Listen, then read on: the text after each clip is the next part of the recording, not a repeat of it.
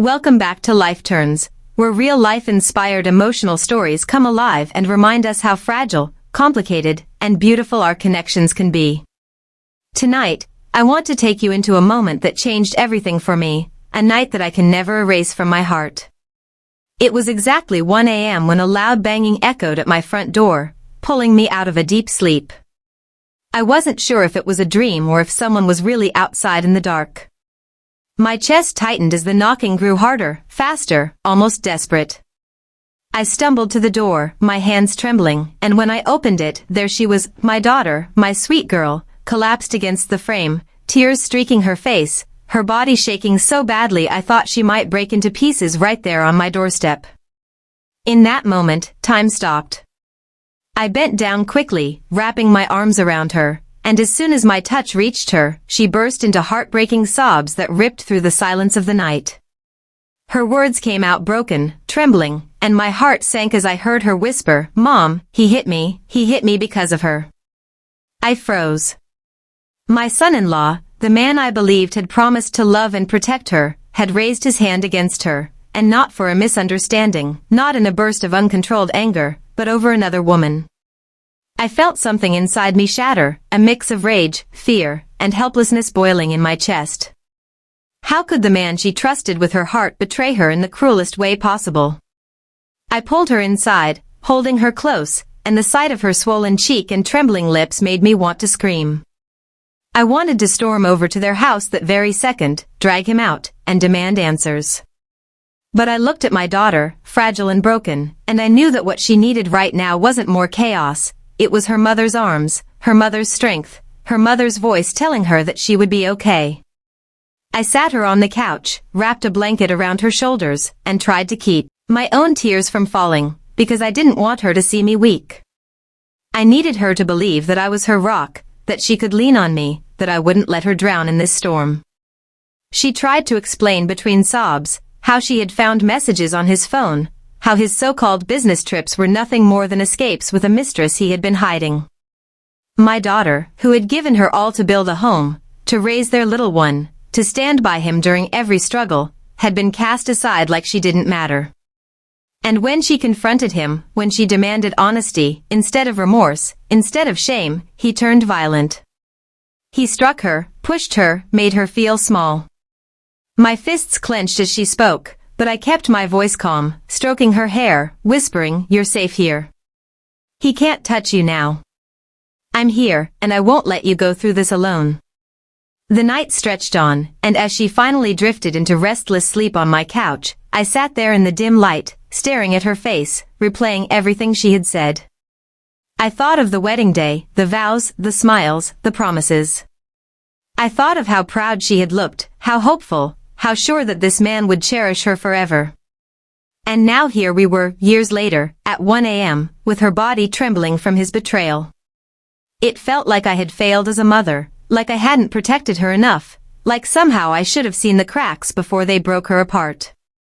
But then I reminded myself, this wasn't her fault, and it wasn't mine either. The blame lay on one man, a man who had chosen cruelty over love, selfishness over loyalty. When morning came, I knew we couldn't just brush it aside. I brewed her some tea, sat beside her, and gently said, "Sweetheart, you have to decide what you want next. Do you want to fight for this marriage, or do you want to walk away?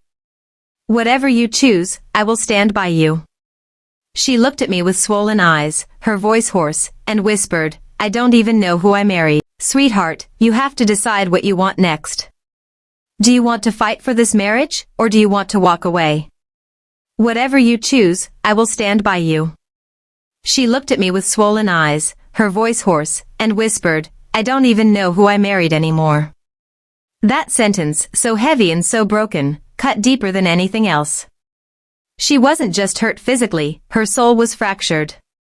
She had loved him with everything she had, and in return, he had destroyed the trust that love was built on. The hours after that conversation felt heavier than stone on my chest.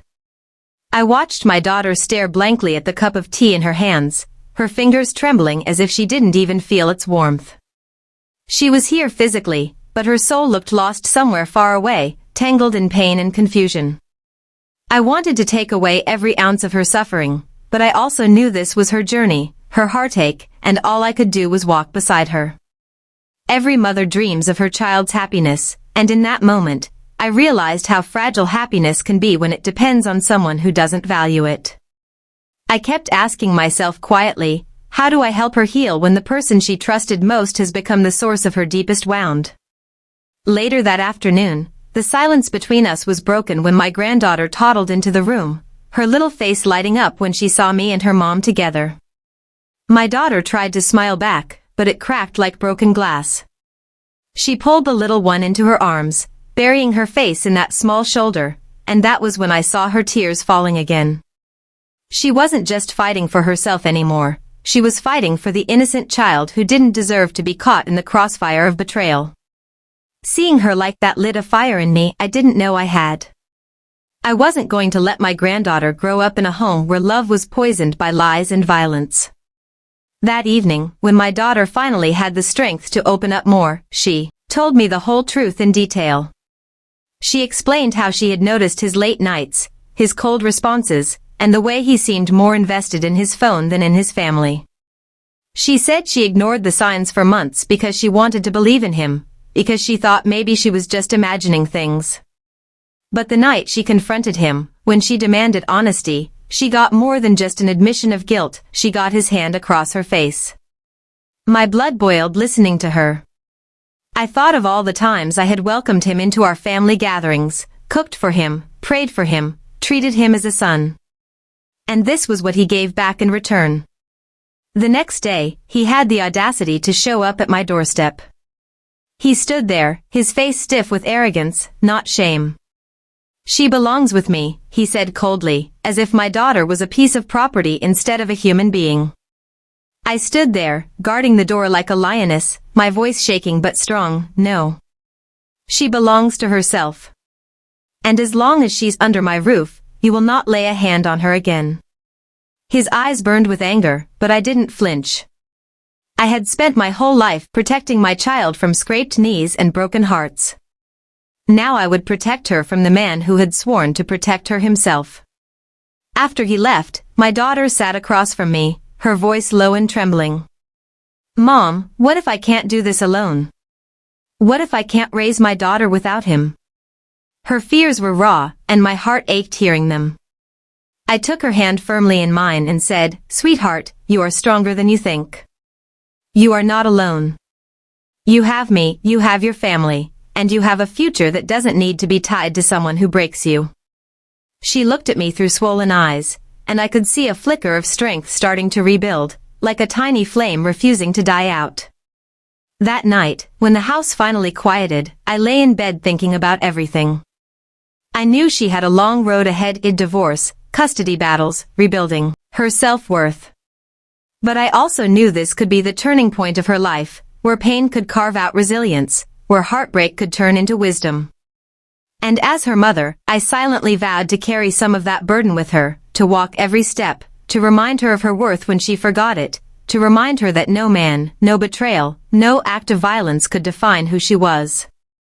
She was my daughter, a woman of strength, and one day she would rise again. The following days tested us in ways I never imagined. My daughter woke up each morning with puffy eyes, her body heavy with exhaustion, yet she still tried to smile for her little girl. That small child, innocent and unaware of the chaos around her, became the reason my daughter forced herself to keep going. I watched her struggle, torn between the love she once felt for her husband and the undeniable truth that he had betrayed and hurt her beyond repair. As a mother, I wanted to erase her memories of him, but I knew healing didn't work that way. She had to face the reality and choose whether she would let his cruelty define her life or whether she would reclaim her strength. One evening, we sat at the kitchen table, the room dimly lit, just the two of us. She whispered, Mom, I don't know if I'm strong enough to walk away. Her voice cracked, and my heart ached, but I leaned forward, holding her hand tightly. Strength isn't about never falling, sweetheart. It's about standing back up after you've been knocked down. Look at you, you're still here, breathing, loving your child, holding on. That's strength. I could see her eyes soften, and for the first time, a tiny spark of hope flickered across her face. When word spread through the family, relatives began calling. Some offered support, others suggested she give him another chance for the sake of the child. Those words made my blood boil. I couldn't believe how easily people excused betrayal and violence, as if survival meant enduring abuse quietly. I told my daughter clearly, sacrificing your happiness to keep a broken family together isn't noble, it's dangerous. Your child doesn't need to grow up in a house where love is twisted and unsafe. She needs a mother who is whole, strong, and free from fear. That conversation became a turning point. My daughter realized she wasn't just fighting for herself, she was fighting for the kind of life her child deserved. The confrontation that came next was the hardest. My daughter finally agreed to meet him face to face, but not alone. I went with her, standing at her side as she told him she was done. He laughed, bitter and cruel, mocking her courage. But my daughter's voice didn't shake this time. She stood tall, eyes steady, and said, "You will never touch me again. You lost me the moment you chose lies over love." The power in her voice silenced him, and in that silence, I saw something incredible, my daughter finding her strength again. In the weeks that followed, she started the painful process of moving on. Papers were filed, calls were made, and though each step felt like ripping open wounds, she carried herself with determination. I watched her slowly rebuild, learning how to breathe again, how to smile without forcing it, how to believe in herself after being broken. Some nights, she still cried in my arms, mourning the man she thought she married, mourning the dream that had turned into a nightmare. But even in those tears, I could see her transformation. She was no longer the woman who collapsed at my door at 1 a.m. She was becoming someone stronger, someone wiser, and as her mother, I felt pride swelling inside me. Pride not because of the pain she endured, but because she refused to let it destroy her. Life had handed her betrayal, heartbreak, and scars, but she chose to turn them into lessons, into a foundation for a brighter future. She chose to rise. That's when I realized that sometimes the darkest nights bring the brightest dawns.